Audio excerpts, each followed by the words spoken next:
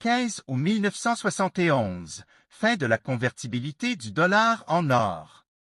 Le 15 août 1971, à la faveur de la pause estivale, le président Richard Milhous Nixon met fin à la convertibilité du dollar en or.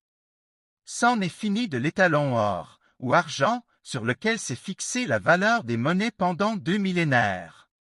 Le gouvernement américain renonce à soutenir le cours de la monnaie, fixé précédemment à 35 $ l'once d'or fin. Il veut de la sorte écarter la menace d'une ruée massive sur l'or par des possesseurs de dollars ainsi que contenir la montée de l'inflation à l'intérieur du pays. Dans le même discours, le président annonce un blocage des prix et des salaires. Du jamais vu aux États-Unis.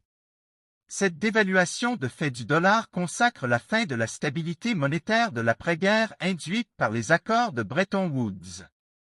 Les monnaies de tous les pays se mettent à flotter de façon apparemment désordonnée.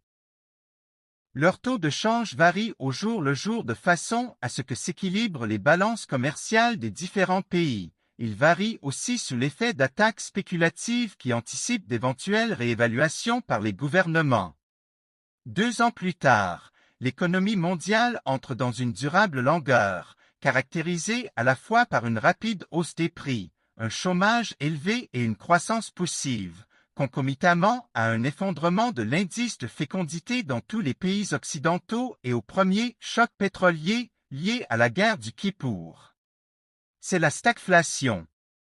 Gardons-nous toutefois de relier ce phénomène au flottement des monnaies.